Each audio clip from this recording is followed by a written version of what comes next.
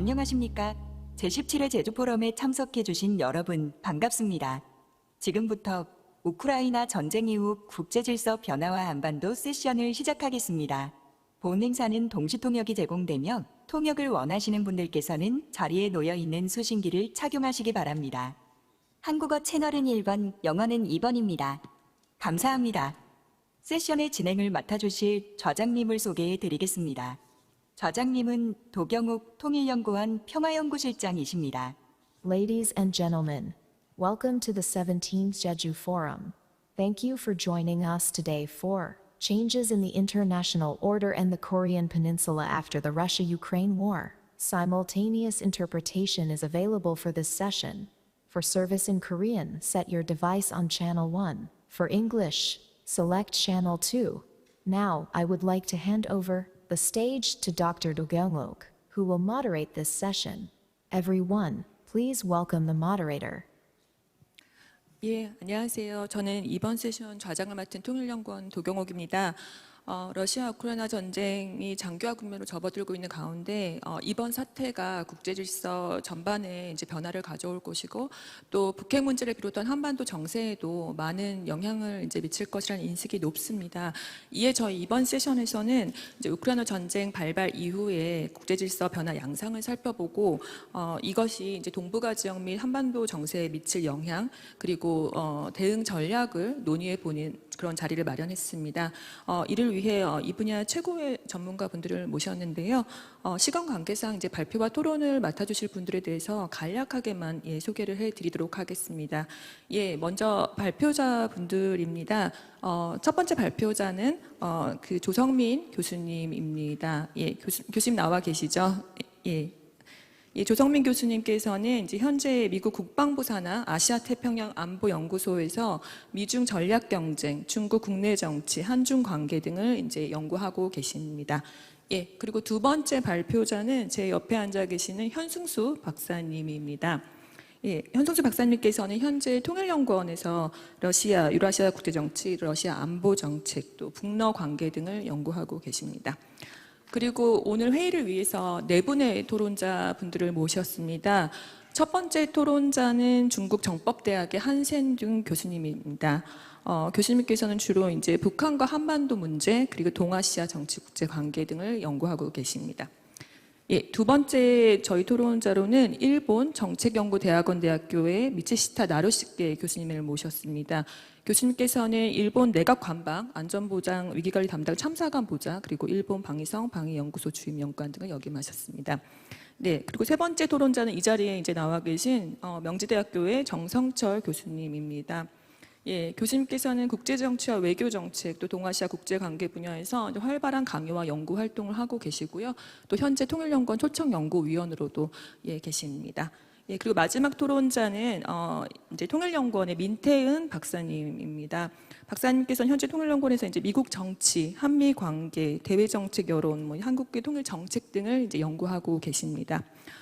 그럼 이제 본격적으로 회의에 들어가도록 하겠습니다.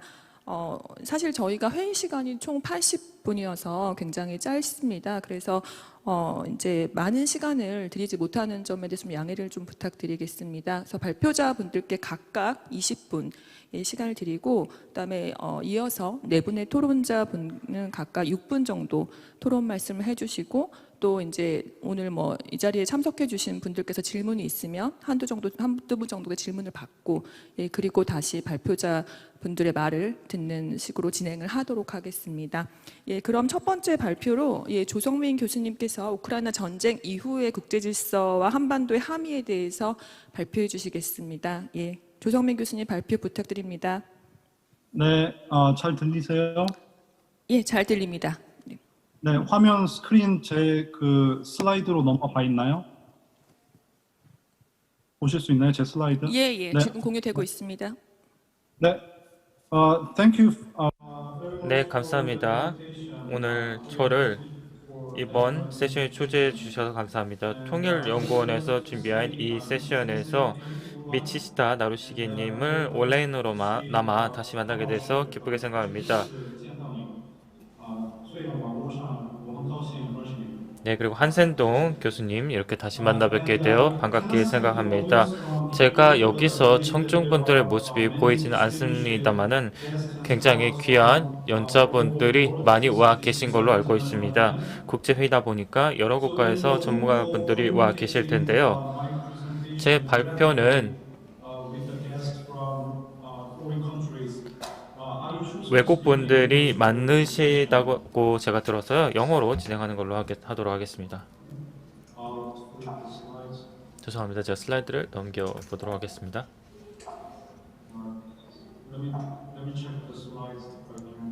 잠시만요. 슬라이드를 제가 좀 옮겨보는 연습을 해보겠습니다.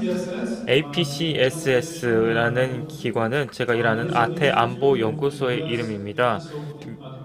미국의 국방부 산하 기관이기 때문에요.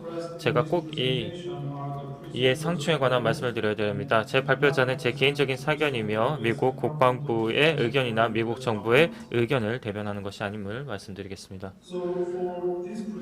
이번 발표 같은 경우에는 제가 이 세 가지 질문에 대한 답을 찾고자 합니다. 먼저 첫 번째로 러시아 우크라이나 전쟁이 국제 질서를 어떻게 바꿔놓았는가? 그리고 두 번째 질문, 그 변화된 국제 질서가 한반도에는 어떤 영향을 줄 것인가?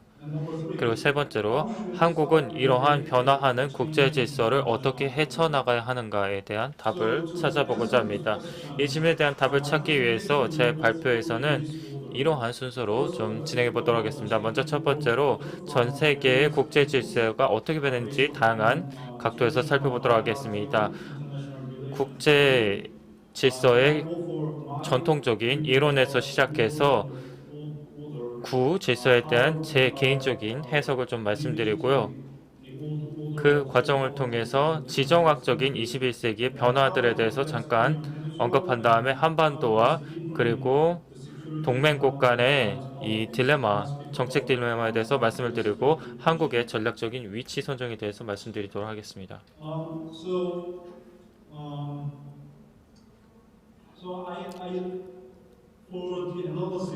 일단 분석을 좀 하기 위해서요. 제가 냉전 이후의 시대를 세 개로 분리해 보겠습니다. 일단 냉전 시대, 그 다음에 냉전 후 시대를 두 개로 나눠서 버전을 1.0, 2.0으로 나눠보도록 하겠습니다. 지금 화면을 보시면은 몇 가지 사건들이 각 기간마다 있었는데요. 각각의 시기의 시작과 끝을 알리는 사건들이었습니다. 일단 6.25 한국전쟁 같은 경우에는 냉전의 시작을 알리는 전쟁이었습니다. 그리고 독일의 통일과 함께 이 역사적인 사건과 함께 종식을 알렸죠. 그 다음에 걸프워가 시작이 되면서 이 걸프전에 따라서 사실 미국과 구소련 같은 경우에는 걸프 전쟁 당시 전혀 관여가 없었고 미국이 단독으로 진행을 했었습니다. 그리고 두 번째로 미국이 다자군을 투입했던 전쟁이기도 했습니다. 그 다음에 이라크 전쟁 역시도 상징적이었죠. 어떤 일방주의라던가 이 미국 정책, 외교 정책의 일방주의적인 단면을 보여줬던 그런 전쟁이었습니다. 또 한 가지 굉장히 중요한 전환점이라고 한다면 2008년을 꼽고 싶습니다. 전 세계적으로 두 가지 사건이 발생했는데 이게 이 전 세계적인 정치를 판도를 바꿔놨다고 생각합니다. 먼저 첫 번째로 2008년 금융위기고 그리고 두 번째로 베이징 올림픽입니다. 베이징 올림픽이 개최되면서 중국 사람 그리고 중국 지도층에서 이제야 베이징 올림픽을 축하하면서 우리가 기대를 해도 좋겠다라는 생각을 하기 시작했습니다. 중국의 기환, 강대국의 부상을 알렸는데요. 근데 중국이 미처 생각하지 못했던 것이 있었습니다. 바로 서구 지역, 그리고 서구 지역의 금융위기, 그리고 그에 따른 이 각국 정부의 혼란들이었습니다. 서구 지역에서 당시 중국의 도움을 많이 요청했었죠. 그 이후 약간 시각의 변화가 나타나기 시작을 했습니다. 중국이 부상하고 있고 동아시아에서 중국이 부상하고 있고 이 미국이 쇠락하고 있다라는 의견이 나오기 시작했습니다. 러시아가 우크라이나를 올해 침범하기 전에 사실 그 전조 현상이 있었습니다. 2014년 러시아가 크림반도를 합병했던 사태가 있었죠. 이 합병 사태가 사실 전쟁적인 양상으로 나타났긴 했습니다만 그럼에도 불구하고 이 냉전 후기에 최초로 크림반도를 장악하는 사태가 벌어지게 되면서 이 전후 냉전 이후에 규범이 무너지고 있음을 알렸습니다. 이러한 전환기적인 사건에 따라서 다양한 변화가 나타나기 시작을 했습니다. 냉전 시대로 돌아가 보면 전략적인 안정성이 있었습니다. 구소련과 미국을 필두로 하는 안정성이 있었으며 직접적으로 전쟁을 하지 않았지만 대리 전쟁이 굉장히 횡행했던 시절이었습니다.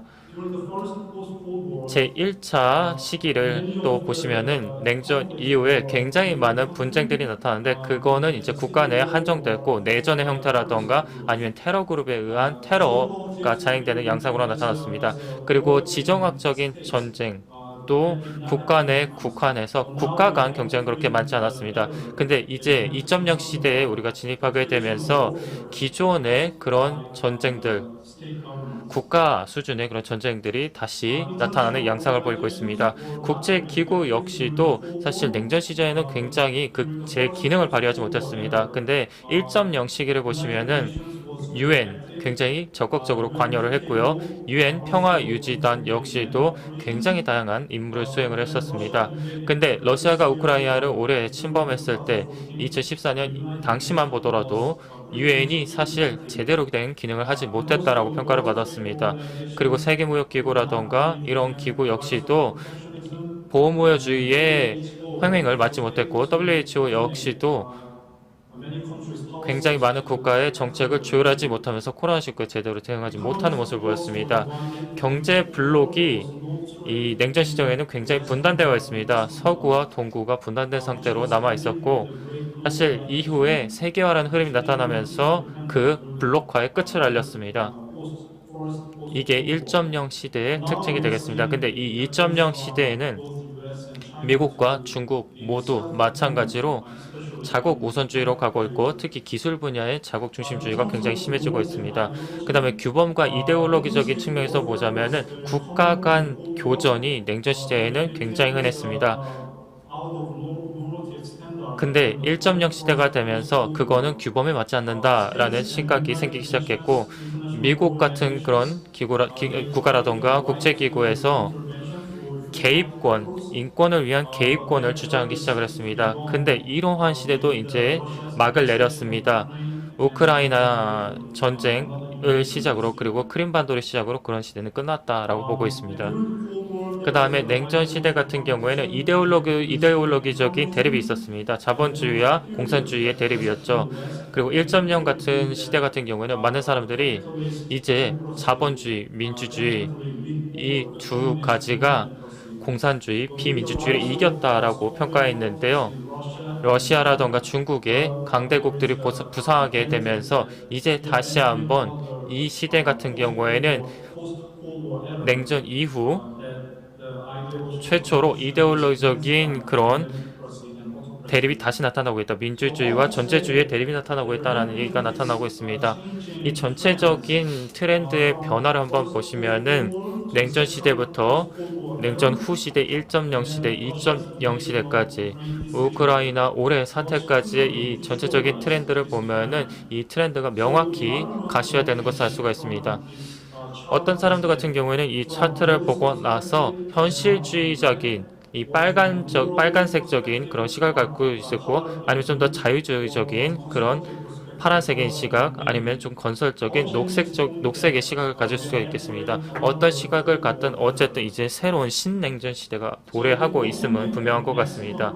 그러면은 아주 극단적으로 신냉전이 도래했다라고 하는 사람들은 이 분절화를 항상 꼽습니다. 서구 즉 미국의 동맹이 한 블록을 이루고 있고 중국과 러시아가 또 다른 블록을 이루어서 분절화가 나타나고 있다. 그리고 대리전과 군사적 대치가 나타나고 있다. 특히 인도태평양 지역에서 굉장히 유명한 4개 핫스팟이 있죠. 그래서 미국과 중국이 전쟁을 일으킬 가능성이 높은 4곳, 남중국해, 남진하해, 타이완 해협, 그리고 한반도 4군데가 꼽히고 있습니다. 그래서 이 4대 지역들이 굉장히 많은 관심을 받고 있으며 언제라도 전쟁이 나타날 수 있는 지역으로 꼽히고 있습니다. 거기에 더해서 이데올로기적인 대립이 있는데요.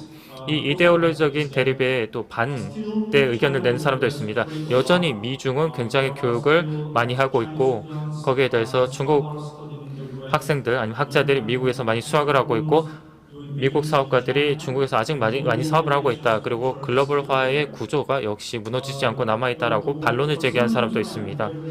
그럼에도 불구하고 최근 좀 우려되는 트렌드를 보시면은 물론 일반적인 교육이 정상적으로 이루어지고 있고 또 공공 서비스도 제대로 공급되고 있습니다만은 기술 분야에서만큼은 뭐 반도체라던가 AI라던가 이 부분에서 탈동조화가 나타나고 있고 거기에 더해서 교육 다변화의 노력들이 분명히 나타나고 있습니다. 경제적인 의존성을 중국에 그렇게 의존하지 않기 위해서 노력하고 있고 코로나19가 계기가 됐습니다만은 사회적인 접촉 역시도 미중 간에 점차 줄어드는 양상을 보이고 있습니다. 그렇기 때문에 제2차 냉전, 신냉전이 왔다라는 그런 증거들이 있습니다만 반증도 있습니다. 어떤 사람들 같은 경우에는 지정학적인 논리가 다시 회귀했다라고 보고 있는 사람도 있습니다. 미국의 헤게모니적인 지배 혹은 글로벌화의 시대가 이제 끝났고 경제적인 이해관계가 정치를 뒤흔들고 있다라고 얘기하고 있습니다. 미중 간의 경쟁 관계가 있었던 것은 두 국가가 굉장히 많은 경제적인 의존성을 갖고 있었고 이에 따라서 양보하는 것이 굉장히 많았습니다만 이제 지정학적인 부상으로 인해서 경제적인 이해관계 때문에 분쟁을 그리고 국가 안보를 위해서 분쟁을 택하는 경우가 많아지고 있다는 얘기가 나오고 있고 또 비정부 기구, 뭐 국제기구라던가 아니면 테러 그룹 이런 기구와 기관들이 1990년, 2000년대 초반까지 굉장히 많은 활동을 했는데 이제 다시 중앙정부가 고삐를 잡고 국가 전략을 펼쳐나가고 있고 상호 간의 어떤 접촉을 담당하는 모습을 보이고 있습니다. 그렇기 때문에 이러한 극단적인 그리고 그 반대급부에 있는 이런 논란들을 보면은 이런 결론을 내릴 수 있을 것 같습니다. 그 중간 지점을 보시면 현재 국제 질서라는 것이 지정학적인 회귀 그리고 신냉전으로의 어떤 흐름을 보여주고 있다라고 보여주고 있습니다. 그게 현실이라면 한반도엔 어떤 영향을 줄까요?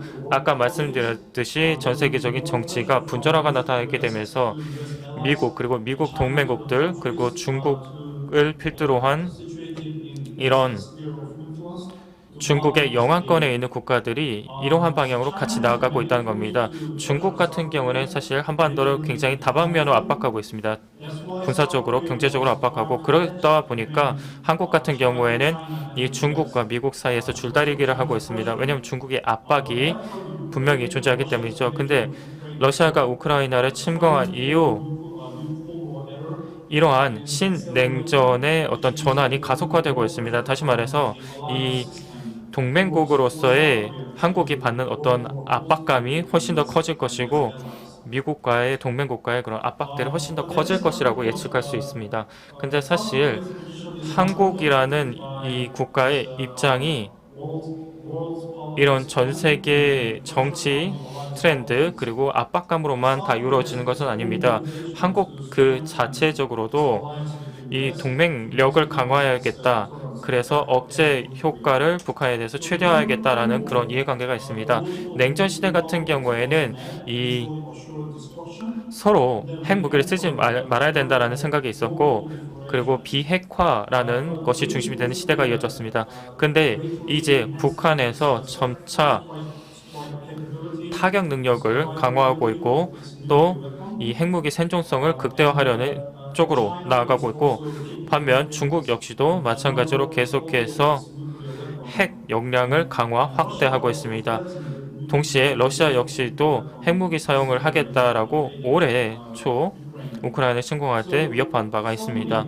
그렇기 때문에 갑자기 이 핵무기라는 것은 핵무기의 어떤 효용성이라는 것이 점차 현실화되고 있습니다. 그러다 보니까 비핵화 체제가 이제 거의 무너질 위기에 있으며 일본과 한국 역시도 이러한 상황에서 핵무기의 이 선택지를 무시할 수 없는 상황이 되었습니다.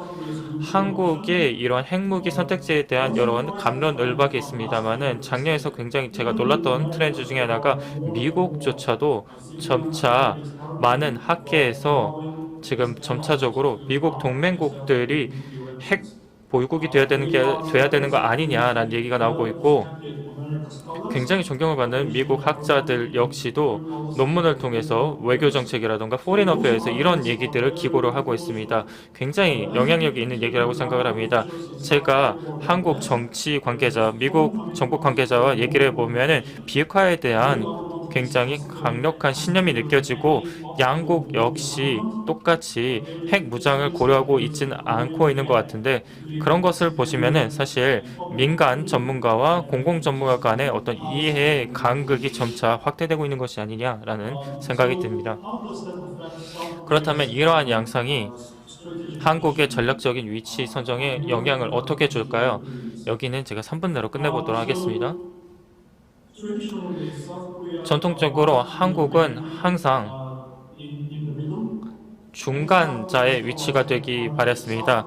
한국 전문가가 말하기를 한국은 반드시 국가의 이해관계를 최대한 보호해야 된다. 그래서 중국으로 치우치면 안 되고 이 미국으로도 치우치면 안 된다. 그렇기 때문에 반드시 최대한 국익을 보호하는 방향으로 가야 되고 유연성을 확보해야 되고 창의적으로 행동해야 된다라고 얘기를 했습니다. 다시 말해서 전략적인 해치를 해야 된다는 의미겠죠.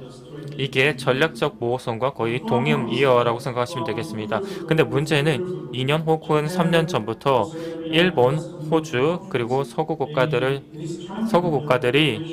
협력을 강화하기 위해서 미국 쪽에 기울기 시작을 했습니다. 그렇기 때문에 미국 동맹국들이 점차 무게를 미국으로 움직이다 보니까 한국 역시도 중간에 서 있는 것 그 자체로도 오히려 중국에 더 가까운 모습으로 비춰진다는 겁니다. 미국의 입장에서 혹은 일본이나 영국의 입장에서 봤을 때 한국의 국제적인 이미지가 비교적으로 중국에 가깝다라고 보이게 만들었습니다. 이 문제를 인식한 윤 정부에서는 앞으로는 전략적인 명료성으로 나아가겠다라고 얘기를 했고, 좀 더 명확하게 한미 동맹의 굳건함에 대해서 강조하겠다라고 그랬고, 한국은 계속해서 한중 관계를 원칙주의로 그리고 상호 존중으로 나아가겠다라고 발표를 했습니다. 근데 그렇게 얘기를 한다고 해서 그게 전략적으로 보이지는 않습니다. 왜냐하면 상호 존중이라는 것은 전략적 목표가 될 수가 없습니다. 만약에 중국이 그러한 원칙을 존중하지 않는다. 그럼 무슨 전략 우리가 펴야 될까요? 그렇기 때문에 그 중간에 있는 간접적인 지원 전략을 저는 주창하는 바입니다. 한국은 분명 앞으로 계속해서 미국 주도의 자유주의적인 질서를 기여하겠다라고 얘기를 했는데, 한국은 이를 간접적인 방식으로 기여해야 된다라고 저는 봅니다. 그래서 직접적인 지원과 간접적인 차원의 차이에 대해서 제가 화면에 정리를 했는데요. 일단 정책적인 수준에서 보자면 가장 민감한 이슈가 타이완, 대만 사태입니다. 만약에 한국이 미국의 노력에 동참을 해서 대만 이슈에 접근한다. 그래서 군사적으로 봤을 때 직접적으로 군사 지원하는 건 굉장히 어렵습니다. 중국의 보복이 바로 이어질 것입니다. 그렇기 때문에 한국 같은 경우에는 좀 간접적으로 대만과의 경제적인 관계를 개선한다거나 외교 혹은 문화적인 관계를 개선할 수 있다고 생각합니다. 또한 대만을 대변해서 일방적으로 얘기를 하거나 아니면 한미동맹 차원에서 얘기를 하는 것보다, 예를 들어 한국이 다자간 그 대화 속에서 아니면 국가기구 속에서 대만에 대해서 어떤 비호를 해준다, 그런 것들이 더 맞다고 생각합니다. 그렇기 때문에 낸시 펠로시가 한국에 왔을 때 사실 만났어야 된다고 생각을 합니다. 왜냐하면 다른 국가들, 낸시 펠로시가 방문했던 모든 국가들, 일본, 말레이시아, 싱가포르 같은 경우에는 낸시 펠로시를 직접 환대해서 회담을 했습니다. 한국도 그런 식으로 대만을 지지하겠다라는 그 의견을 이러한 다자간 회담 속에서 얘기하는 것이 중국의 보복을 조금 줄일 수 있는 길이라고 생각합니다. 그렇기 때문에 대통령이 낸시 펠로시를 만나자는 것은 저는 계산착오였다고 생각합니다. 그렇다고 해서 중국의 어떤 문제에 직접적으로 관여하거나 미국의 헤게모니에 관여하는 것보다 대신 평화적인 통일을 논의한다거나, 그리고 중국이 한국의 평화적인 통일을 바라도록 하게 한다거나 이런 과정을 통해서 이런 자유주의적인 국제 질서를 지지할 수 있다고 생각을 합니다. 이런 식으로 한국이 간접적으로 의도를 내비칠 수 있다고 생각하고 그 과정을 통해서 한국 역시도 미국을 지지하되 간접적으로 지지할 수 있다고 생각을 합니다. 그래서 아까 드린 세 가지 질문에 대한 답변을 드리자면은 러시아 우크라이나 전쟁이 국제 질서를 어떻게 바꿔놓을 것인가 그렇게 바꾸지는 않을 거라고 생각하는데 분명한 거는 기존의 트렌드를 가속하는 즉 지정학적인 회귀를 가속화하는 그런 역할을 할 것이다. 그리고 거기에 따라서 한반도에 어떤 영향을 줄 것인가 분절화가 심화될 것이고 안보 딜레마가 이런 동맹국 사이에서 심해질 것이라고 봅니다. 그리고 제가 말씀드렸듯이 한국이 취해야 되는 전략은 전략적 모호성에서 벗어나서 의도를 명확히 밝히되 간접적으로 접근해야 된다고 생각합니다. 여기까지 하도록 하겠습니다. 예, 조성민 교수님 발표 감사합니다. 네, 그 마지막에 또 발표 내용까지 잘 요약해서 정리해 주셨기 때문에 제가 별도로 정리를 하지는 않겠습니다. 다음으로 두 번째 발표인데요. 이제 우크라이나 전쟁이 사실 이제 북핵 문제에도 많은 영향을 미칠 것으로 전망이 되고 있습니다. 예, 저희 이제 통일연구원 현승수 박사님께서 북한 핵 문제와 러시아를 주제로 예, 발표를 해 주시겠습니다. 예, 박사님 발표 부탁드립니다. 예. 네, 지금 소개받은 통일연구원의 현승수입니다. 저희 한 20분 정도 이번에 우크라이나 전쟁과 한반도와의 관련성에 대해서 조금 말씀을 드리려고 하는데요.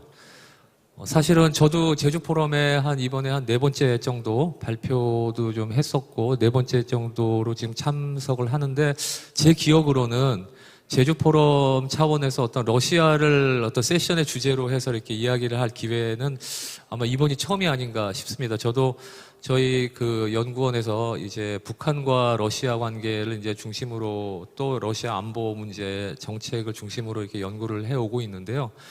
사실은 그동안 러시아의 어떤 안보 정책이 한반도에 미치는 영향과 관련해서 제가 공식적인 자리에서 이렇게 정식으로 이야기를 브리핑을 할 그런 기회는 많지 않았었던 것 같아요. 근데 이제 이게 지금 우크라이나 전쟁이라고 하는 어떤 새로운 이제 변수가 등장하면서 엉뚱하게도 이게 지금 한반도까지 좀 영향을 많이 미치고 있는 것 같습니다.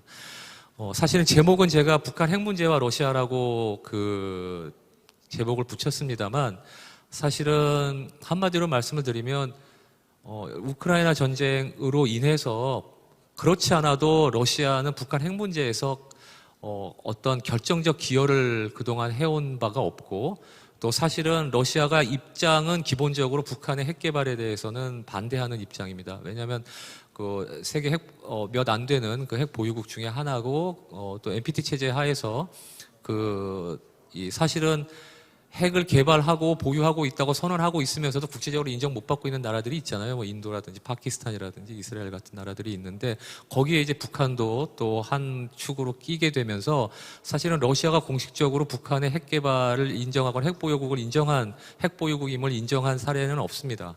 기본적으로 반대를 하고 있고요. 특히 러시아는 북한과 국경을 맞대고 있기 때문에 사실은 지금 현재 뭐 문제 많은 푸틴 대통령의 사실은 이 정권의 운명을 걸고 사실은 크게 도박을 벌였던 게 사실 극동 개발이거든요.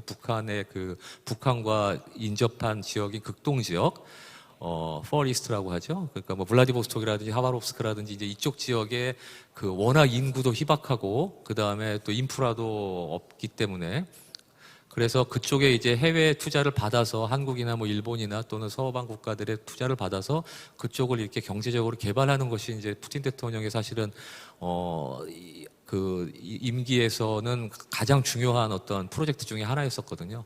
그러기 위해서는 북한이 핵을 개발하고 핵 문제로 인해서 북한과 러시아의 국경지대가 위험해지는 것을 당연히 푸틴 대통령뿐만 아니라 러시아가 원하지는 않을 거고요. 그렇기 때문에 러시아는 기본적으로는 북한의 핵 개발에 대해서는 반대를 하는 입장입니다만 그러나 그동안 러시아의 어떤 대외 정책과 한반도 정책을 가만히 들여다보면 사실은 꼭 러시아가 반대를 하는 것 같지는 않다라고 하는 인상을 저는 개인적으로 좀 받았었어요. 그쪽에 이제 러시아 전문가들과 대화를 하러 가거나 했을 때는 그런 인상을 받았는데 그 이유 중에 하나는 바로 미국에 대한 견제 차원에서 그런 것이죠. 근데 그것이 이제 사실은 어떻게 보면은 180도 우크라이나 전쟁으로 상황이 바뀌었다, 또는 러시아의 한반도 정책 또는 북한에 대한 핵에 대한 러시아 인식이 180도 바뀌었다라는 것이 아니에요.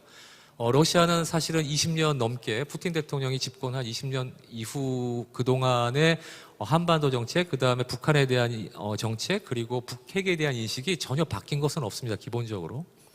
그리고 사실은 러시아의 국가적 정부 차원에서 보여주고 있는 공식적인 입장과 사실은 러시아의 어떤 지정학 전략이라든지 내부 전략에 연계되는 한반도에 대한 인식은 좀 다르다는 거죠. 그러니까 방금 말씀드렸다시피 사실은 북한이 미국에 대해서 일단 뭐 핵에 대한 위협이든 또는 어떤 군사적 위협이든 또는 미국이 주도한 어떤 국제사회의 대북 제재에 굴하지 않고 북한이 꿋꿋하게 버텨주는 것이 러시아의 국익을 위해서는 훨씬 도움이 되는 것이기 때문에요. 그래서 그러한 정책들이 사실은 어떤 좀 이중적인 그러한 정책 분위기가 있었다라고 봅니다. 그런데 그것이 이번에 우크라이나 전쟁을 통해서 이제는 그 이중성에서 뭔가 좀 단일성으로 나아갔다고 저는 평가를 하겠습니다. 무슨 얘기냐면 러시아는 이제 공식적으로도 북한의 어떤 그 핵 문제라든지 핵 개발이라든지 또는 북한의 미사일 도발, 그리고 북한과 그러니까 어떤 미국 중심의 그 대북 제재에 대한 북한의 저항, 이런 것들에 대해서 이제 러시아가 노골적으로 북한을 지지하고 옹호하고, 또 러시아는 그럴 정도의 파워가 있죠. 왜냐하면 유엔 안보리 상임이사국이고 거부권을 행사할 수 있고, 사실은 올해 들어서 그러한 사례들이 많이 있었습니다. 그래서 사실은 제목은 북한 핵 문제와 러시아라고 얘기하고 저도 그렇게 해서 내용을 채웠습니다만, 사실은 러시아는 크게 바뀐 것은 없다. 그러나 한국의 입장에서는 앞으로 북한 핵 문제에서 러시아와의 어떤 정책 조율을 하기는 상당히 어렵고, 러시아의 하물며 러시아로부터의 어떤 지원을 중재 역할을 한국이 좀 부탁한다든지, 또는 북한과의 관계 개선에 있어서 러시아가 한국과 공조하면서 나아갈 수 있는 그러한 협력적인 방향으로의 진전은 이제는 상당히 힘들어졌다라고 저는 그렇게 평가를 내립니다. 사실은 제가 이제 준비한 자료에 내용들이 조금 있는데, 이것을 지금 뭐 제가 시간 제약이 있기 때문에 다 말씀을 드리지는 않겠습니다만, 그러나 한 세 가지 정도로 저는 조금 핵심적으로 말씀을 드리고 싶어요. 하나는 뭐냐면, 러시아라고 하는 나라가 북한 문제 또는 북한의 핵 개발, 그리고 한반도 남북한 관계 개선에 대해서 전혀 무관심했느냐면 그것이 아니라는 것이죠. 무슨 얘기냐면, 러시아는 러시아 나름대로 해법을 꾸준하게 생각을 해왔고 제안을 했었습니다. 뭐 한국뿐만 아니라 그다음에 미국에 대해서도 그렇고, 또 남북한 문제와 관련된 이제 주변국들에 대해서 러시아가 꾸준하게 그동안 국제적 차원에서 다자주의에 입각해서 여러 가지 제안들을 했던 것인데, 이것이 사실은 한국에서는 전혀 고려 대상이 되지 않았다는 점에 대해서는 한번 이 차제에 과연 러시아가 어떠한 식의 제안을 한국 측에 했고, 또 한반도를 둘러싼 강대국들의 어떤 폴리틱스 사이에서 러시아의 입장이 어떤 것인가에 대해서는 한번 조금 한국도 좀 생각을 해봐야 된다라고 하는 제안을 저는 좀 할 필요가 있다고 봅니다. 왜냐하면 여태까지는 이것을 꼭 한국이 받아들이지 않는다고 해서 뭐 러시아가 한국에 대해서 노골적으로 불만을 토로하거나 어떤 정책에 반영할 가능성은 없었습니다. 그러나 지금부터는 조금 상황이 다를 수 있다기 때문인데요.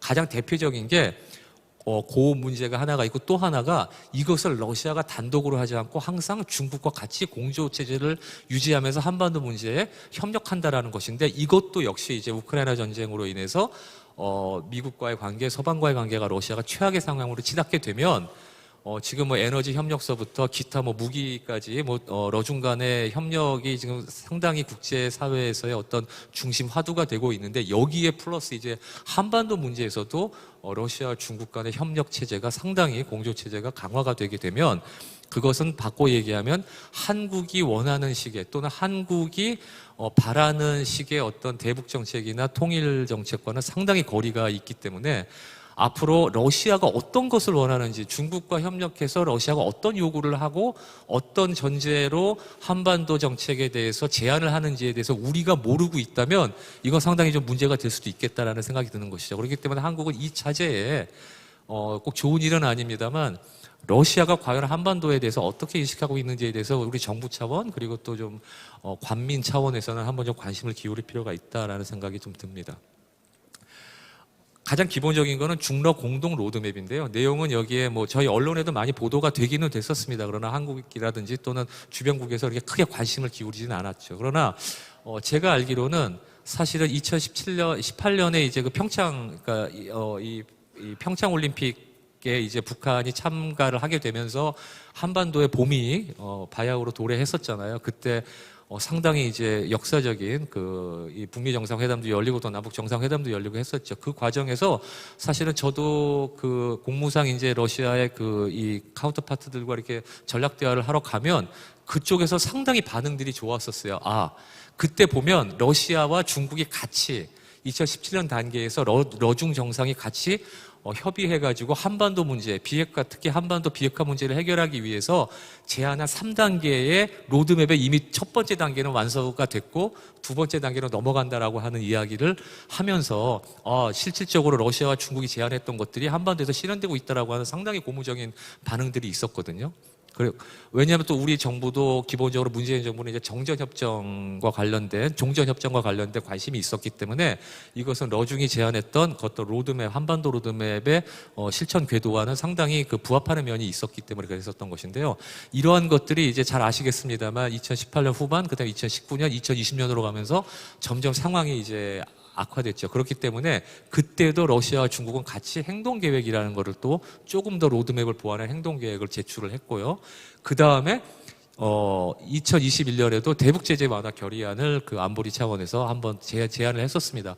미국이 거부하면서 이것이 결국에 통과를 하지 못했는데 러시아는 꾸준하게 뭔가 한반도 문제를 해결하기 위해서 나름대로의 노력을 했다라는 것에 대해서는 한국도 좀 인식을 가질 필요는 있을 것 같습니다. 근데 2022년에 1월에 그때 북한이 탄도미사일 실험을 하고 나서 바로 직후에 유엔 안보리 차원에서 대북 비난 결의안을 채택을 하려고 했었는데 북한과 중국이 거부권을, 그러니까 러시아가 이제 이 거부권을 행사해가지고 대북 비난 결의안을 중지시킨 적이 있었거든요. 그때의 러시아 외무부가 바로 그 직후에 냈던 성명에 보면 이제는 러시아가 더 이상 이 한반도 문제에 있어서 양보하지 않겠다. 그러니까 그 얘기는 뭐냐면 미국 중심의 미국 주도의 어떤 한반도 문제 해결에 대해서는 이제 다도하게 거부하면서 러시아와 중국이 같이 공조해서 제안했던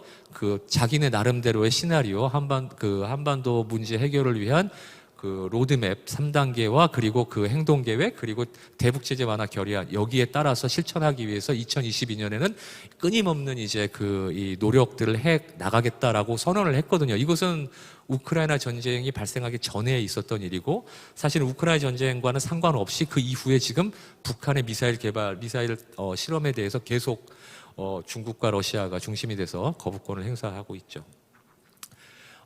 저는 이 러시아의 기본적인 입장은 사실은 변하지 않았다는 말씀을 다시 한번 드리지만, 그러나 이제 남북한의 등거리 외교, 그 다음에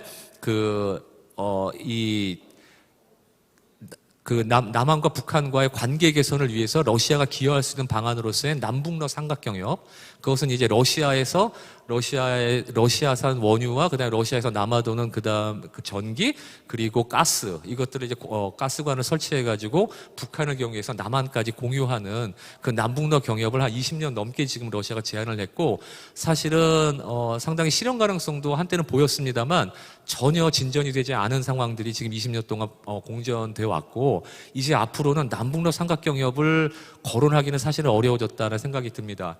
그런데 사실은 푸틴 대통령도 남북한이 어떻게 해서든지 관계 개선을 해서 서로 윈윈할 수 있는 방법은 이 방법밖에 없다라고 계속 이야기를 했던 것이 바로 이 남북러 삼각경협인데, 사실은 한국 정부도 관심이 없었던 것은 아닙니다만 실질적으로 추진하기에는 여러 가지 역부족이었고 북한도 또 준비가 되지 않았던 상황에서 이제는 러시아가 한반도 문제에 개입할 수 있는 아주 직접적인 어떤 남북러 삼각경협이라고 하는 프로젝트는 이제 더 이상은 기대하기가 힘들어졌다.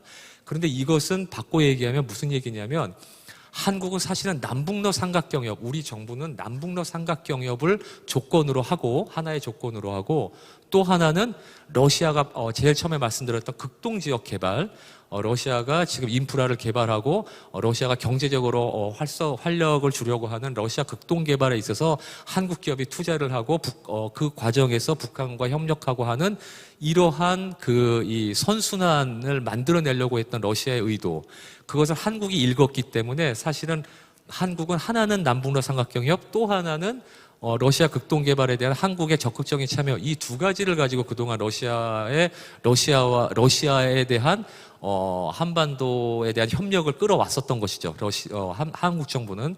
그런데 이러한 것들이 이제 현실적으로 실행이 불가능해지고, 더구나 이제 우크라이나 전쟁으로 인해 가지고 러시아와의 관계가 특히 정치 외교적으로 상당히 지금 침체된 상황에서는 이제 그 극동 개발이라든지 남북러 삼각경협이라고 하는 수단을 가지고 러시아와의 어떤 외교적 지렛대로 사용하려고 하는 우리 정부의 노력도 이제는 근본적으로 어려워졌기 때문에, 그래서 우리는 지금 현재는 러시아와 한국이 30주년, 작년에 이제 재작년이죠. 재작년에 남북 수교 그러니까 러시아와 한국의 30주년의 외교적 성과, 이것은 한국 북방 외교의 최대 성과였었던 것이고, 사실 세계 정세를 변화하는 데서도 상당히 한국 외교의 대단한 성공 케이스로 제가 자부하는 것입니다만, 그 30년 동안의 노력이 다시 원점으로 돌아가고 있는 상황이 상당히 보기가 안타까운데, 이러한 상황에서는 한국은 이제 지금 이 상황에서부터는 러시아에 대한 남북러 삼각경협과 극동개발이라고 하는 두 가지의 지렛대를 가지고 그동안 사용해왔던 대러 정책에 대한 기조를 한국도 이제 바꿀 수밖에 없다. 어떠한 방식으로 바꿀 것이냐에 대해서는 이제 이번 정부가 진지하게 고민을 해야 된다.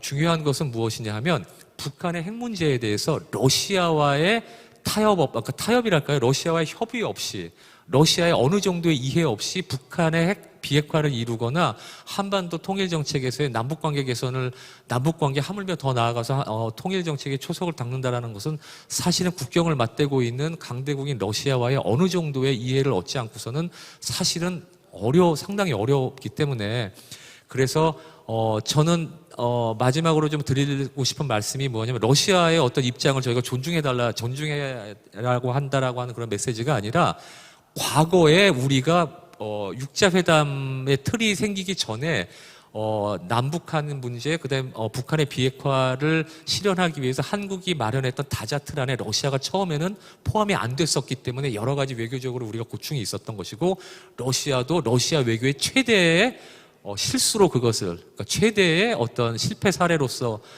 이야기를 해오고 있거든요. 이것들이 차후에 다시 반복될 가능성이 있다라고 하는 것이 제가 조금 경계감을 갖는 것이고, 지금 현재는 우크라이나 전쟁으로 인한 어떤 국제 전략적 환경 변화로 인해서 우리가 러시아와 적극적인 대화를 하거나 한반도 문제에서 협력을 받기는 어렵지만, 상황이 좀 진행되면서 한국은 다시 어떤 형태로든지 간에 북한 문제에 있어서 러시아와의 협의나 토의 과정은 필요할 수밖에 없다라고 하는 거, 그리고 한국이 적극적으로 나서서 러시아를 한반도 문제에 대한 협의의 장에서 배제하는 일은 우리 정부 또는 우리 차원에서는 조금 그 문제에 대해서는 좀 진지하게 고려를 해야 될 필요가 있다. 저는 이렇게 생각을 드립니다. 이것은 제가 개인적인 생각이고 러시아와 북한 관계를 연구해 어떤 하나의 연구자로서의 제 제안입니다만, 앞으로 또 이 관련해 가지고 혹시 플로어에서 여러 가지 의견들이 있으시면 그때 또 말씀드리도록 하겠습니다. 일단 여기서 마치겠습니다. 예, 현석씨 박사님 발표 감사합니다. 이제 우크라이나 전쟁도 이후에 북러 관계와 북핵 문제에 대한 러시아 인식을 또 설명해 주셨고, 또 북핵 문제 해결을 위해서 한국이 러시아에 대해 또 어떤 스탠스를 취할 필요가 있는지에 대해서도 짚어주셨습니다. 예, 그럼 이제 토론자 분들께 발언 기회를 드리겠습니다. 아까 말씀드린 것처럼 한 분당 한 6분 정도 예, 시간을 지켜주시면 감사하겠습니다. 예, 먼저 한센동 교수님 예, 토론 부탁드리겠습니다.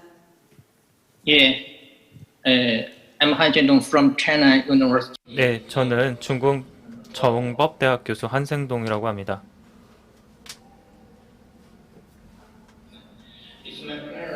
오늘 여러분들과 함께 이 자리에서 여러분들과 함께 국제회의에 참여하게 돼서 영광으로 생각을 합니다. 그리고 오늘 대단한 분들을 많이 모신 것 같습니다. 서로 여러 가지 국제 이슈에 대해서 의견을 좀 나눠보는 자리가 될 것 같습니다. 오늘 여러분도 아시다시피 국제 질서가 굉장히 급변하고 있습니다. 이 국제 질서라는 주제를 보시면은 말씀드렸듯이 현재 한반도 역시도 우크라이나 사태 이후 국제 질서의 변화가 감지되고 있는데요. 이 분쟁이라는 것이 여전히 해소되지 않고 있고, 이 분쟁으로 인해서 물론 러시아와 우크라이나 사이의 분쟁입니다만은 그 분쟁으로 인해서 예측할 수 없는 그런 영향들이 나타나고 있고, 또 이 우크라이나 사태 같은 경우에는 사실 국제사회에 여러 파장을 일으키고 있습니다. 그렇다면은 이러한 분쟁이 어떻게 종결되냐에 따라서 미래의 국제 질서의 판도가 크게 달라지리라고 생각을 합니다. 아까 조 교수님께서 굉장히 포괄적인 분석을 설명해 주시면서 세계 국제 질서의 변화를 그 역사를 짚어주셨습니다. 저도 대부분의 말씀에 공감을 합니다.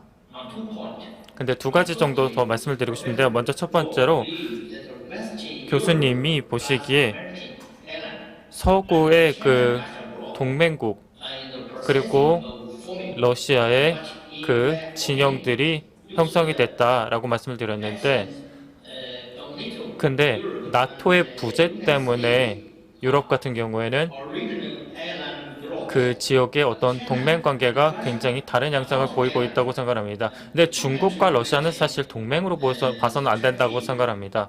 두 국가는 물론 어느 정도 서로 의견을 공감하는 바는 있습니다만 그렇다고 동맹으로 볼 수는 없습니다. 그렇기 때문에 중국 같은 경우에는 러시아와 우크라이나 사태를 좀 다르게 바라보고 있다라고 저는 생각을 하고요. 두 번째로 제가 생각하기에 지금 기술 분야에서 디커플링 현상이 나타나고 있고,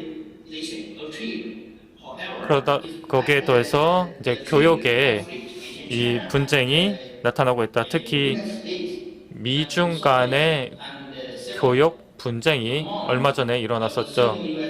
그러다 보니까 지금 작년 같은 경우에도 그런 분쟁이 계속해서 이어지게 되면서 역사적으로 가장 큰 그런 미중 간의 교역 분쟁으로 이어지기도 했습니다.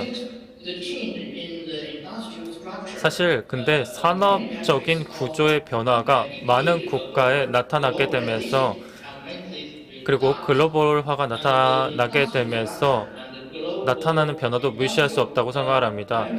산업 구조의 변화 그리고 글로벌화는 단기적으로 많은 변화를 이야기합니다. 그렇기 때문에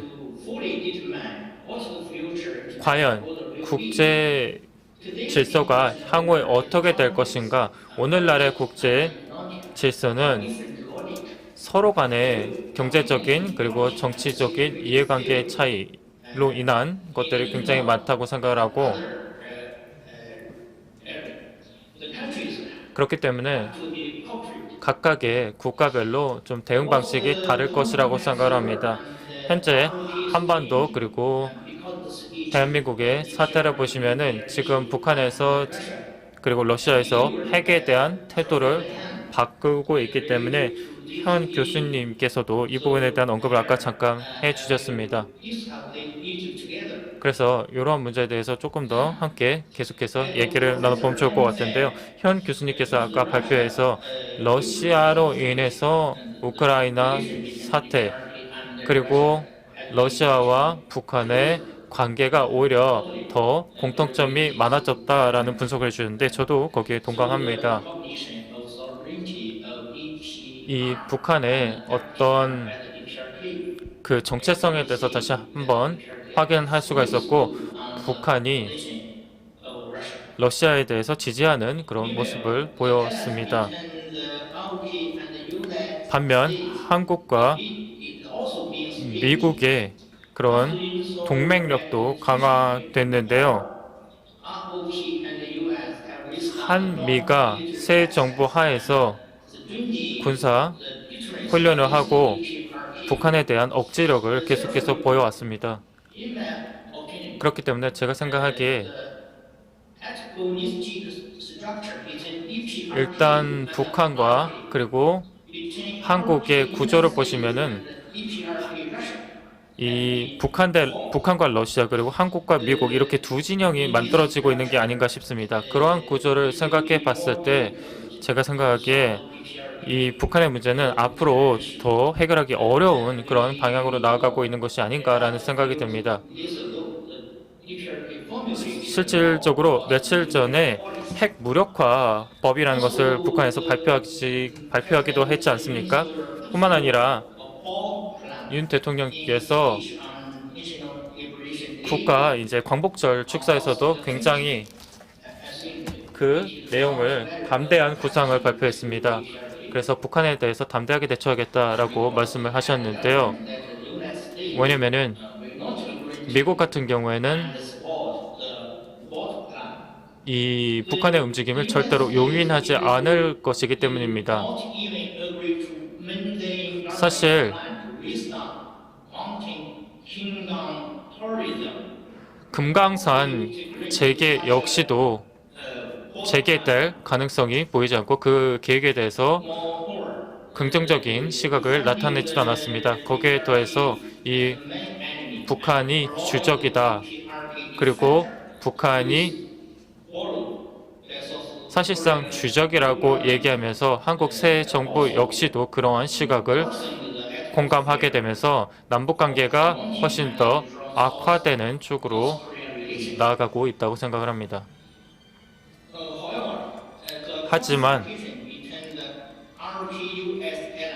이 한국과 미국 그리고 러시아와 북한의 이런 양분 관계가 있다고 해서 이러한 분쟁을 해결하는 그런 한반도의 셈법이 완전히 바뀌었다고는 생각하지 않습니다. 이 전체 한반도 전체를 봤을 때 그리고 동북아 정세를 봤을 때 그렇지 않다고 생각합니다. 그래서 중국, 러시아 그리고 북한 그리고 한국, 미국 간의 이런 양 진영을 보면은 이 여전히 해결할 수 있는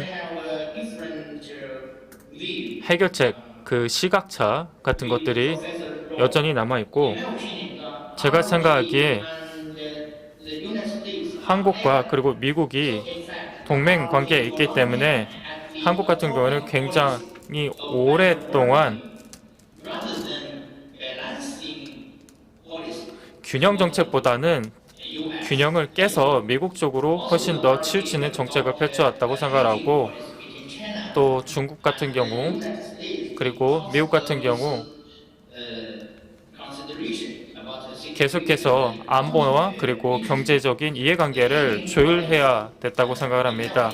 그래서 제가 생각하기에 이러한 모호화 그리고 전략적인 모호화 혹은 균형 정책이 한국의 보통 일반적인 모습이었고 그리고 미국의 지금 압박으로 인해서 한국이 조금 더 이런 전략적인 모호성을 포기해라 라는 압박을 받고 있고 전략적 명확성으로 가라 라고 요구를 받고 있는데 제가 생각하기에 이 모호성이 오히려 전략적으로 커지는 그런 단면도 분명히 있다고 생각하고 명확성이 커지는 단면도 둘 다 모두 공존하고 있다고 생각합니다. 그래서 외교적인 그리고 안보적인 환경이 그 사이에서 굉장히 딜레마적인 환경으로 나타나고 있다고 생각을 합니다. 그리고 전체적인 정책 시스템을 보면은 지난 미국의 그런 움직임을 보면은 미국이 헤게모니적인 그런 체제에 도전하면서 그러다 보니까 중국과 대립각을 세우면서 조금 안타까운 상황이 이어지고 있는 것 같은데 계속해서 그러한 도전 과제가 남아있지 않을까 싶습니다. 미국 같은 경우에도 민주적인 그리고 자유적인 질서를 위해서 이러한 상황을 만들었다라고 얘기하고 있고 전략적인 라이벌 관계를 유지하고 있는데 반면 중국은 우호적인 관계를 만들고자 노력하고 있습니다. 오히려 미국과 조금 우호적인 그리고 협력을 가능하면 추진하고자 노력하고 있습니다. 현재 한반도 상태를 보시면은 중국이 지금 한국이 미국으로부터 어떤 압박을 받고 있는지 분명히 알고 있습니다. 그래서 한국에서 가능하다면은 자체적인 현명한 안보 그리고 외교 전략을 짜서 현명하게 이 난관을 극복해 나가기를 바라는 마음입니다. 이러한 불확실성이 가득한 이 시대에 평화를 유지하고 안정을 한반도에서 만들어가고 동북아에서 안정을 구축하기 위해서는 이러한 모든 국가의 경제적인 요인, 군사적인 요인을 고려하면서 각각의 국가별로 좀 우선순위를 잘 정립할 필요가 있다고 생각을 합니다. 저는 여기까지 마무리하도록 하겠습니다. 감사합니다. 예, 한세준 교수님 말씀 잘 들었습니다. 감사합니다. 예, 그럼 다음으로 저희 미체시타 나루시게 교수님 말씀을 청해 듣도록 하겠습니다. 예, 교수님 부탁드립니다. 네, 감사합니다. 친절한 소개 대단히 감사합니다. 제가 두 가지 말씀드리겠습니다. 첫 번째는요, 우크라이나 전쟁이 한반도에 어떤 영향을 미칠지에 대해서 말씀드리고 두 번째는요, 조 박사님과 그리고 현 박사님께서 말씀하신 내용에 대해 좀 덧붙여 말씀드리겠습니다. 한반도의 안보에 우크라이나 전쟁이 어떤 영향을 미칠지 보도록 하겠습니다. 좋은 소식도 있고 나쁜 소식도 있겠습니다. 하지만 나쁜 소식 먼저 말씀을 드리고 좋은 소식은 나중에 말씀을 드리도록 하죠. 세 가지 나쁜 소식이 있습니다. 첫 번째는요, 이런 독재자의 역량을 통해서 많은 결정이 내려진다는 겁니다. 누가 우크라이나 전쟁 시작했습니까? 푸틴 대통령이죠. 전쟁 이전에는 푸틴 대통령을 그렇게 좋은 사람은 아니지만 그냥 합리적인 사람 정도로 생각을 했습니다. 그런데 푸틴 대통령이 다소 오판을 한 것으로 보입니다. 그래서 우크라이나에서 전쟁을 일으킨 것이죠. 이로 인해서 러시아가 굉장히 난처한 어려운 상황에 처하게 된 겁니다. 그래서 리더자들이 합리적으로 생각을 하지만 그래도 실수할 수 있다라는 뉴스가 있습니다. 자, 그 다음은 김정은 위원장에 관한 것입니다. 김정은 위원장 역시 좀 사소한 실수들이 있긴 했습니다.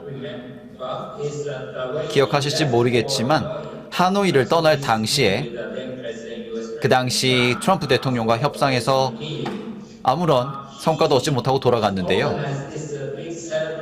정말 큰 축하 자리를 마련을 했었습니다.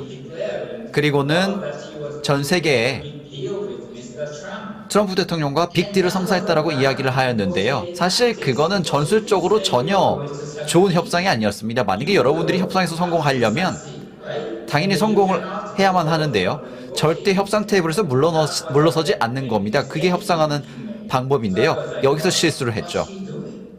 저는 그때 도대체 뭘 하는 거지라고 생각을 했었습니다. 어쨌든 김정은 위원장도 그런 실수를 했습니다. 하지만 엄청난 큰 실수는 아니라고 보입니다만 그래도 제 생각엔 제법 나쁜 실수였습니다. 그리고 나서 김정은 위원장이 또 큰 실수를 계속해서 저지르고 있죠. 그래서 우리가 지속적으로 주도 면밀하게 김정은 위원장을 살펴보고 그리고 심리도 살펴봐야 합니다. 어떤 움직임을 볼지 봐야 됩니다. 두 번째는요. 나쁜 소식은요. 바로 러시아와 북한의 협력이 증진되고 있다는 겁니다. 러시아가 북한을 지원하고 있습니다. 유엔 차원에서요. 북한 같은 경우도 러시아를 돕고 있습니다. 비슷한 맥락으로 돕고 있죠. 또한 북한 같은 경우는 군부대를 파병을 해서 동유럽, 우크라이나 상황을 러시아를 위해 파병할 것으로 보이기도 합니다. 그래서 북한이 각종 탄약이나 이런 무기를 제공할 수 있을 것으로도 지금 보입니다. 그렇기 때문에 둘이 러시아와 북한이 함께 협업을 해서 러시아는 이를 통해 보다 더 많은 군사적 그리고 점진적으로는 에너지나 경제적 원조를 북한에 앞으로 제공을 할 수가 있습니다. 그리고 저희는 북한에 대해 현재 제재를 가하고 있는 상황인데 이 제재가 제대로 효과를 내지는 못하고 있는 상황이기도 합니다. 자, 그 다음은 북한의 이런 도발의 장벽이 더욱더 낮아졌다라는 겁니다. 세 번째 안 좋은 소식입니다.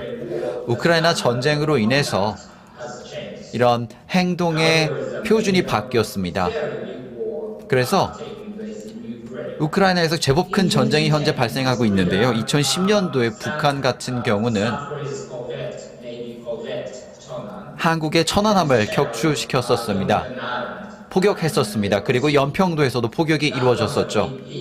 정말 큰 문제인 겁니다.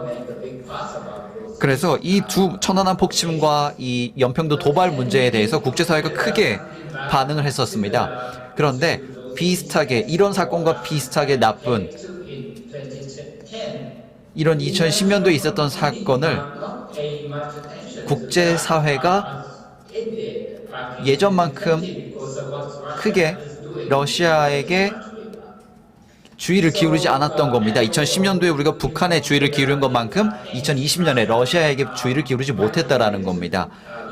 그래서 러시아 같은 경우는 비토권을, 거부권을 행사를 할 수도 있을 텐데 특히 규탄 성명이라든지 규탄 결의안 등 북한을 겨냥하는 이런 결의안들의 거부권을 행사하고 있습니다. 그렇기 때문에 북한이 무엇을 할지 계속 앞으로 예의주시해야 된다라고 봅니다. 혹시 도발을 하지 않을지 이런 것들은 지속적으로 봐야 합니다. 자, 그러면은 좀 좋은 소식을 말씀을 드려보도록 하겠습니다. 첫 번째는요.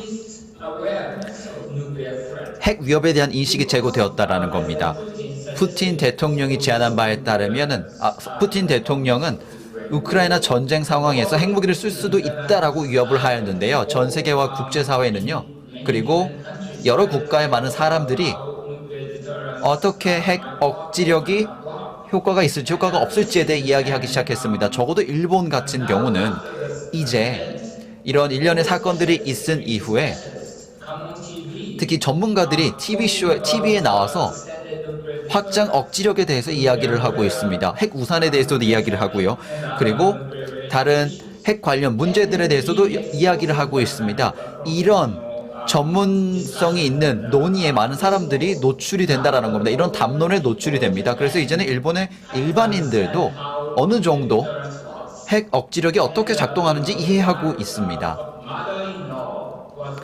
그리고 저희 장모님도 매일 TV를 보시는데 저희 장모님까지도 전문적인 그런 토론을 핵 억지력에 대해 저하고 전문적으로 토론하실 수 있을 정도가 됐습니다. 정말 놀랍지 않습니까?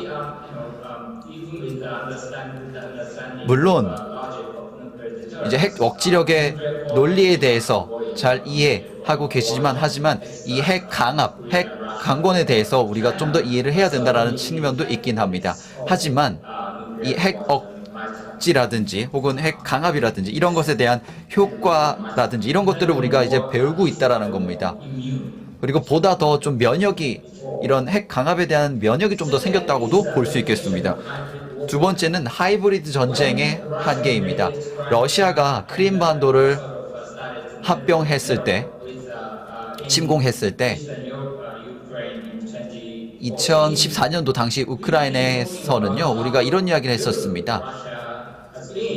러시아가 하이브리드 전쟁을 얼마나 잘했는지를 저희가 이야기했었습니다. 재래식 그리고 비재래식 이런 수단을 활용해서 전쟁을 했었죠.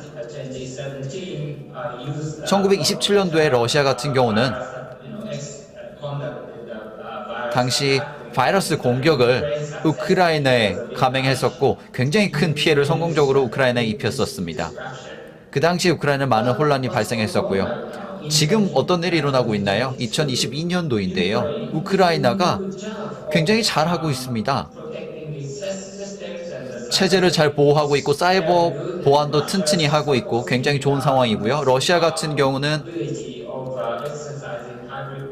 이런 하이브리전을 할 수 있는 역량이 제대로 갖춰지지 않은 수준으로 볼 수 있습니다. 제대로 먹히지 않고 있다는 것이죠. 우리가 배울 수 있는 교훈은요, 여러 가지가 있고 우리가 문제를 고칠 수 있다는 교훈을 얻을 수가 있고요. 그리고 우크라이나 같은 경우는 현재 문제를 해결을 한 상황이라고도 할 수 있습니다. 한 2014년 이를 한 8년 동안 2017년부터 또 5년 동안 문제를 해결해 왔습니다. 그래서 한국과 일본 그리고 다른 국가들도 분명히 똑같은 형태로 잘 해나갈 수 있다라고 저는 생각을 합니다. 우크라이나 전쟁과 관련해서요. 한국에 대해 또 좋은 소식이 하나 있습니다.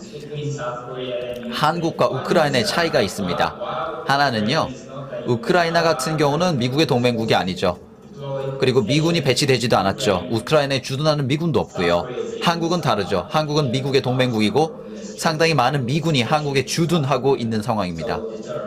억지력이라는 게 굉장히 탄탄하다라는 겁니다. 그리고 미국의 의지 역시 아주 확고하다라는 것이죠. 그리고 아주 뿌리 깊다라는 겁니다. 또 다른 것은요, 우크라이나 같은 경우는 굉장히 많은 어려움을 겪으면서 다시 러시아에 반격을 해 나가고 있습니다. 우크라이나 같은 경우는 지금도 장거리 미사일 능력도 없고요. 우크라이나 군 같은 경우는 기본적으로 할 수 있는 게 계속해서 그냥 수비하는 겁니다. 방어하는 겁니다. 그런데 한국의 상황은 굉장히 다르죠. 한국은 162기의 전투기가 있고요. 59기의 F-15 전투기가 있고요. 36기에서 35기 정도에 되는 그런 전투기들이 향후 더 추가 도입이 될 예정이고요. 미사일 역량에 대해서 이야기를 한번 해보도록 하겠습니다. 북한에 대해서 이야기하면서요. 한국은 사실 상당히 많은 미사일을 갖추고 있습니다. 1000기 이상의 크루즈 미사일을 가지고 있고 유도 미사일도 가지고 있는 상황입니다. 하지만 차이점은 북한 같은 경우는 핵무기가 있으나 이런 탄도미사일도 있다는 것이죠.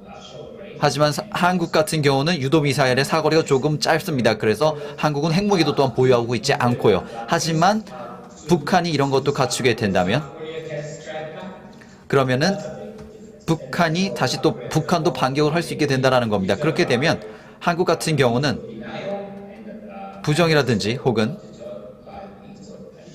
이런 응징을 통한 억지력 확보가 가능해진다는 것입니다. 저 역시 질문이 조금 있는데요.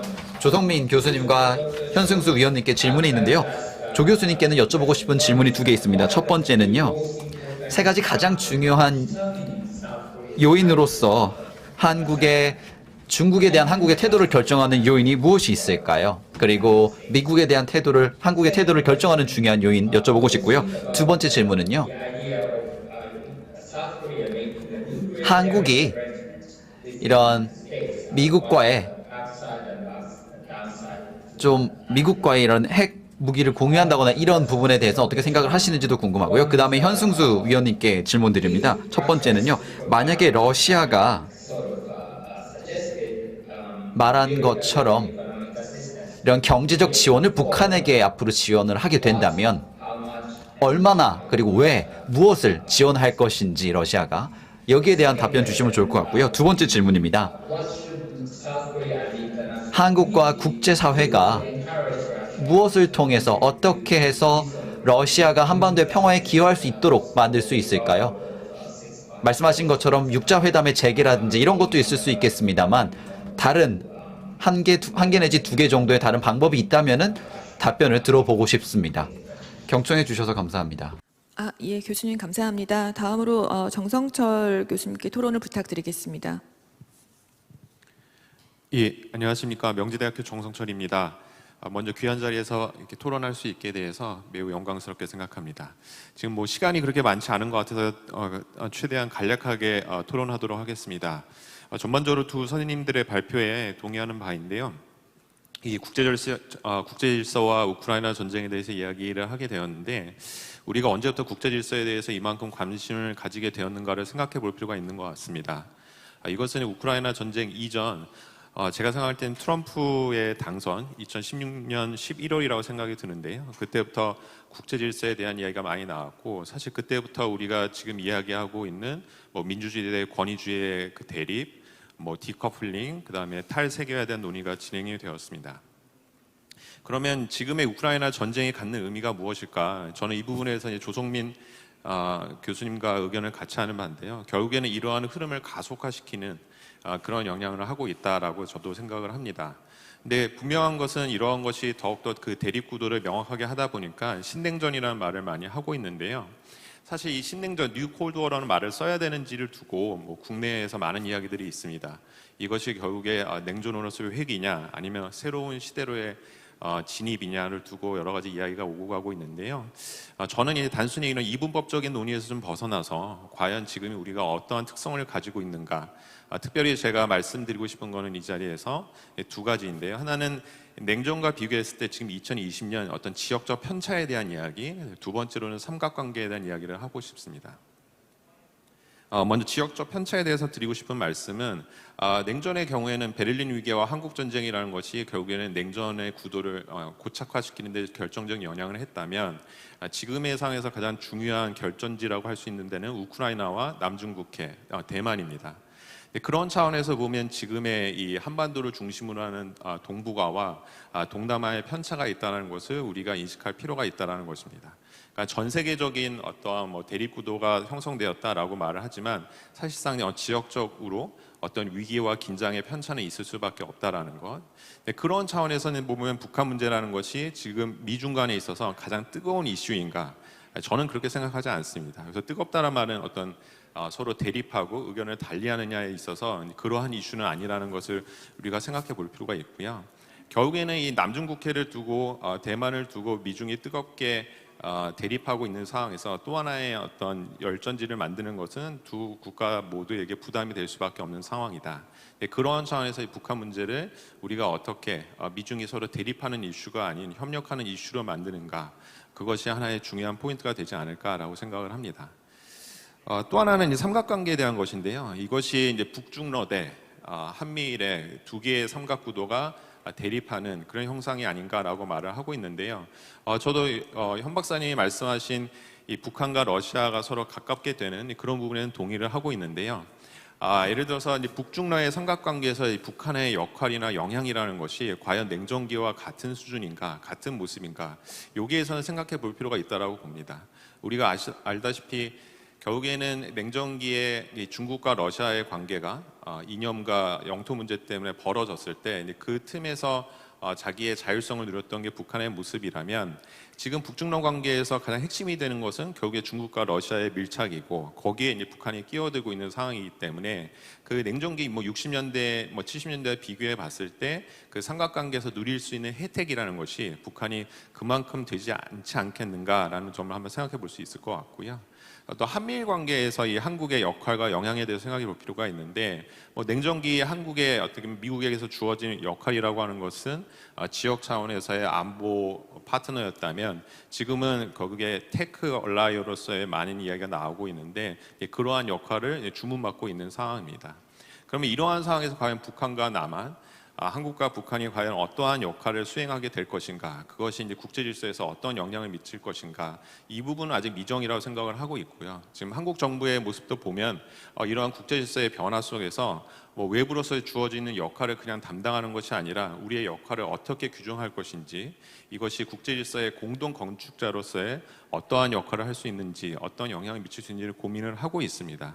그런 차원에서 보면 우리가 국제 질서에서 말을 할 때 이것이 정해졌다, 어떠한 미래가 올 것인가라고 말하기보다는 이러한 상황 속에서 우리가 어떻게 이것을 만들어 갈 것인가, 그 부분에 대한 논의가 많이 필요하다고 생각이 들고요. 지금 상황에서는 한반도를 중심으로 한 국제 질서라는 것이 만들어져 가고 있는, 그렇기 때문에 많은 것이 결정되지 않은 그러한 전환기를 우리가 살고 있다라고 저는 생각을 합니다.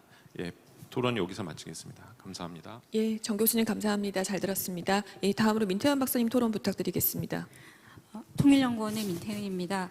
저도 시간이 지금 많지 않아서 뭐 얘기를 간단히 되도록이면 하려고 하는데요. 일단 제가 하고 싶었던 많은 얘기를 그 한센동 교수님하고 정성철 교수님께서 해주셔서 일단 사실 제가 오늘 하고 싶었던 얘기는 뭐였냐 하면은 지금 많은 사람들이 우리가 진영화가 이제 글로벌리 전 세계적으로 진행되고 있기 때문에 그거에 맞춰서 한국 외교를 뭐 구상을 해야 한다 이런 얘기가 많이 나오고 있는데 저는 이 가시성이 높아진 진영화의 모습이 실체가 있는가에 대해서 우리가 좀 더 심각한 고민이 저는 필요하다는 말씀을 드리고 싶습니다.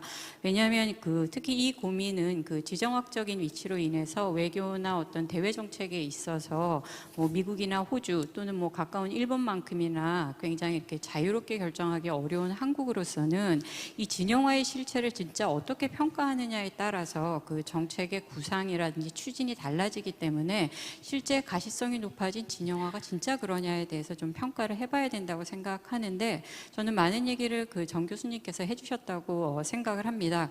그래서 사실은 제가 오늘 준비했던 게 많은 실예들을 준비했다고 할 수 있거든요. 진영화가 이루어지지 않고 있다라는 거. 예를 들어 러시아와 우크라이나 전에 대해서 반응하는 유럽 연합국 간의 어떤 갈등이라든지 또는 지금 미국이 그 어떤 면에서는 진영화의 어떤 블록을 강하게 형성하려고 하는 인도태평양 지역에서 미국이 그럼 실제 진영화를 잘 구축하고 있느냐라고 봤을 때 그 전략의 이름에 들어가 있는 인도조차도 어떤 그 미국하고의 거리를 좁히지 못하고 있고 또 남중국해에 들어있는 많은 나라들이 역사적으로 봐도 그렇고 또 우크라이나 이 전쟁 발발 이후에도 보면 친미, 친중, 중립 사이를 어떤 실익에 따라서 왔다 갔다 하면서 대외 정책을 추진했지 제가 판단하건대는 어떤 뭐 미국에 특별히 더 가깝게 늘 일관되게 어떤 정책을 해 나갔다고 생각하지 않거든요. 특히 이번 그 우크라이나, 그러니까 러시아의 어떤 우크라이나 침공에 대해서 아세안 국가들의 반응을 보면은 뭐 뜨뜨미지근하다고 할까요? 그렇게 뭐 미국의 편을 들었다, 미국 편에 섰다 이렇게 말하기 어려울 것 같습니다. 그 다음에 이제 우리가 진영을 구축하고 있다라고 많이들 얘기하는 러시아, 북한, 그 다음에 중국이 그럼 그렇게 가까우냐. 예를 들어서 이번에 전쟁이 발발하고 나서 제가 이해하고 있는 바로는 러시아하고 중국이 뭐 합동 모의 훈련도 한 걸로 알고는 있는데 실제로는 뭐 러시아하고 중국 사이의 영토 문제라든지 역사 문제로 이견이 있고 또 중국한테는 유럽이 굉장히 큰 어떤 시장이기 때문에 그 유럽 시장을 버리고 중국이 러시아를 이렇게 선뜻 선택하는 모습도 보이지 않고 있어서 실제로 그럼 진영화가 실체가 있느냐라고 했을 때는 뭐 정 교수님 말씀대로 좀 두고 봐야 되는 거 아니냐. 그렇다라면 왜 그럼 우리가 이 진영화 문제에 있어서 이렇게 많이 생각을 해봐야 되느냐라고 한다면 결국 뭐 조 교수님이 설명하신 대로 진영화가 된다라고 한다면 우리가 해증해서 한국 정책 같은 경우는 균형으로 외교 정책을 좀 뭐 맞추는 것이 타당할 수 있을 거라고 생각을 합니다. 근데 지금의 어떤 진영화의 경계가 불분명하다는 것이 그 가르치고 있는 단 한 가지 사실은 뭐냐하면 세계 무대의 주요 국가들이 실리주의에 따라서 움직이고 있다라는 것만 분명하게 저는 보인다고 할 수 있을 것 같거든요. 그래서 결국 우리가 이렇게 진영화의 경계가 뚜렷하지 않다면 한국의 외교가 특정국에 집중하기보다는 글로벌 전략이 필요하다는 얘기를 저는 드리고 싶습니다. 그리고 뭐 아까도 이제 그 현승수 박사님이 말씀하셨지만 특히 우리가 어떤 그 특정국의 외교에 기반해서 했을 때 가장 큰 문제는 저희 한반도만의 그 문제인 어떤 그 북핵 문제, 이 문제를 해결하기 위해서 저는 중국과 러시아를 빼고 가기는 상당히 어려울 거라고 생각합니다. 그래서 우리로서는 풀어야 할 그 문제가 있다라는 측면에서도 진영화에 어떤 그 매몰된 외교를 하는 거는 굉장히 좀 경계해야 되고 그 실체를 파악할 필요가 있다라는 거. 그다음에 제가 한 가지 더 붙이고 싶은 거는 최근에 이제 한국 외교가 해칭해서 미국과의 거리를 좁히는 균형 외교의 모습을 보이고 있는데 저는 이것이 어떤 한국 외교가 글로벌 환경 변화에 그러니까 진영화에 대한 어떤 한국 외교의 대응이라고만은 보지 않습니다. 한국 한국과 어떤 사실 미국과의 거리는 정부의 이념 선양, 다시 말해서 진보 정부냐 보수 정부냐에 따라서 미국과의 거리가 결정되어 온 측면이 있기 때문에 현재 한국의 외교가 보이고 있는 그 밸런싱, 그러니까 미국과 가까워진 모습은 글로벌 외교에 대한 정확한 판단인지 아니면 어떤 그 정부의 어떤 이념적 특징에 기인한 것인지에 대해서 좀 판단해 볼 필요가 있고, 그렇다는 측면에서도 한국 외교는 앞으로 좀 더 어떤 글로벌 정세 변화를 좀 거시적으로 보고 접근할 필요가 있다라고 말씀드리고 싶습니다. 그리고 저는 끝으로 한 가지 보태고 싶은 말씀은 이 러시아와 우크라이나 전쟁에 대한 어떤 세계가 진영화 담론에 빠져 있을 때 이 진영화 담론에서 이 현상을 꿰뚫어 본 나라가 저는 북한이라고 개인적으로 생각을 하거든요. 즉, 그 민주주의 국가가 국제적인 어떤 전쟁과 같은 위기에서 단합된 힘을 보여주지 못하고 있다라는 것, 그 다음에 그 에너지와 핵을 가진 러시아를 그 국제사회가 민주주의 이름으로 단결해서도 어찌하지 못하는 것을 그 북한이 저는 꿰뚫어 봤다라고 개인적으로 생각합니다. 그래서 북한은 뭐 에너지는 없으니까 핵은 있게 되고, 즉 핵무기가 있는 나라에 대해서 국제사회의 어떤 대응의 한계를 저는 북한이 봤다라고 개인적으로 생각을 합니다. 그래서 아마 북한이 최근에 그 핵무기 관련 뭐 법제화를 한 배경에도 여러 가지 이유가 있겠지만 저는 이러한 판단도 상당히 크게 작용했을 것이라고 저 개인적으로는 판단하고 있습니다. 그렇다면 우리의 그런 비핵화 전략은, 한국의 비핵화 전략은 어떻게 해야 되느냐라고 할 때 저는 개인적으로 북한이 핵을 쉽게 포기하지 않을 것이다 정도가 아니라 아예 포기하지 않을 수도 있다라는 전제하에서 어쩌면 좀 다른 각도로 좀 더 큰 위기의식을 가지고 봐야 하지 않을까라고 좀 뭐 암울하지만 그러한 어떤 말씀을 드리고 싶습니다. 그럼 이제 질문이, 그럼 북한과 어떻게 해야 되느냐? 북한이 정말 그렇다고 한다면 북한과 어떻게 해야 되느냐, 솔직히 저도 잘 모르겠습니다. 지금 현재로서는.